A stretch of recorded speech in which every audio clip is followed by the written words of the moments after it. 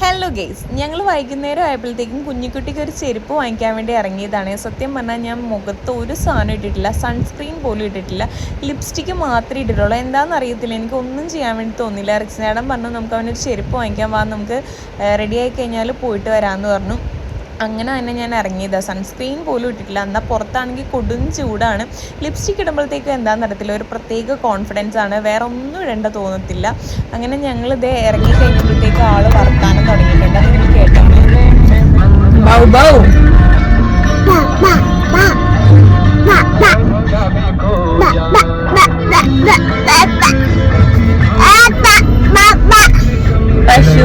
അവന് എന്ത് പറഞ്ഞു കഴിഞ്ഞാലും ഇപ്പോൾ ബൗബോ ആണ് കേട്ടോ. റോഡിൽ കൂടെ പശു പോയാലും പട്ടിക്കുട്ടി പോയാലും പൂച്ച പോയാലും എല്ലാം ബൗബോ ആണ്.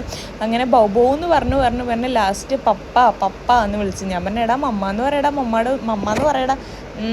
മമ്മ എന്നൊന്നും പറയത്തില്ല, പപ്പ എന്ന് മാത്രമേ അറിയത്തുള്ളൂ. അപ്പൻ്റെ മുഖത്തെ സന്തോഷം നിങ്ങൾ കാണണമായിരുന്നു ഗൈസ്, കാണണമായിരുന്നു.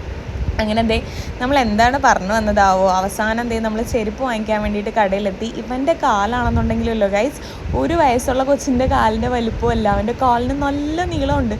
ഞങ്ങൾക്ക് ഇഷ്ടപ്പെടുന്ന ചെരുപ്പും ഷൂസും ഒക്കെ നോക്കിയിട്ട് അവന് പറ്റത്തില്ല, കാരണം കറക്റ്റ് ആവുന്നില്ല. അവന് നീളം കൂടുതൽ, അവൻ്റെ കാലിന് എക്സാക്റ്റ് അഖിലിൻ്റെ കാലിൻ്റെ അതേ നീളമാണ് ഇവനും.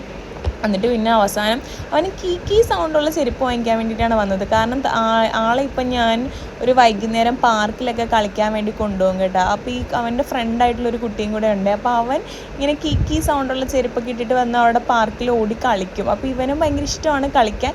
പക്ഷേ കാല് മണ്ണിൽ തൊടുന്നത് ഇഷ്ടമല്ല. കാല് പുല്ലിൽ വെക്കുമ്പോൾ തന്നെ അവൻ കാലിങ്ങനെ പൊക്കി ഇതാക്കും. ചിലപ്പം എല്ലാ ദിവസവും പോയൊക്കെ വരുമ്പോൾ ശരിയാകുമായിരിക്കും. അങ്ങനെ ചെരുപ്പൊക്കെ വാങ്ങിച്ചു, കീ സൗണ്ടുള്ള ചെരുപ്പൊക്കെ വാങ്ങിച്ച് ഇട്ട് കൊടുക്കേണ്ട താമസം കാറിൽ കയറി അവൻ അതൊക്കെ വലിച്ചൂരി കളഞ്ഞു. ഇനി ഡെയിലി ഒന്ന് ഇട്ട് കൊടുത്ത് ശീലിപ്പിക്കണം, എന്നാലല്ലേ പാർക്കിലൊക്കെ കൊണ്ടുപോകുമ്പോഴത്തേക്ക് ഇട്ടുകൊണ്ട് പോകാൻ വേണ്ടി പറ്റത്തുള്ളൂ.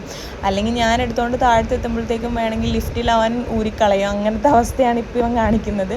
അങ്ങനെ അങ്ങോട്ട് ചെരുപ്പൊക്കെ വാങ്ങിച്ച് ബില്ലൊക്കെ പേ ചെയ്ത് ഞങ്ങൾ അടുത്തത് റിക്സിന് കിച്ചൻ്റെ കബേർഡിൽ കുറച്ച് വർക്കും കാര്യങ്ങളൊക്കെ ഉണ്ടായിരുന്നു. കിച്ചൻ്റെ കബേർഡ് വർക്ക് കുറച്ച് കാര്യങ്ങൾ ബാലൻസ് ഉണ്ടായിരുന്നേ.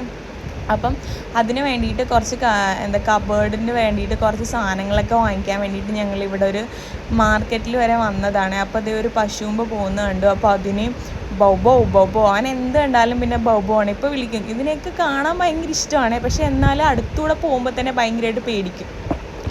അമ്മ എന്ന് പറഞ്ഞിട്ട് ഇങ്ങനെ പേടി കാണിക്കുക. അങ്ങനെയുള്ള പേടി സാഹചര്യത്തിൽ മാത്രം അമ്മ എന്ന് വിളി വരും. അങ്ങനെ പശുമ്പേനെയും കണ്ട് ഞങ്ങൾ ഇനി എല്ലാ പരിപാടിയും ഇങ്ങനെ നേരെ വീട്ടിൽ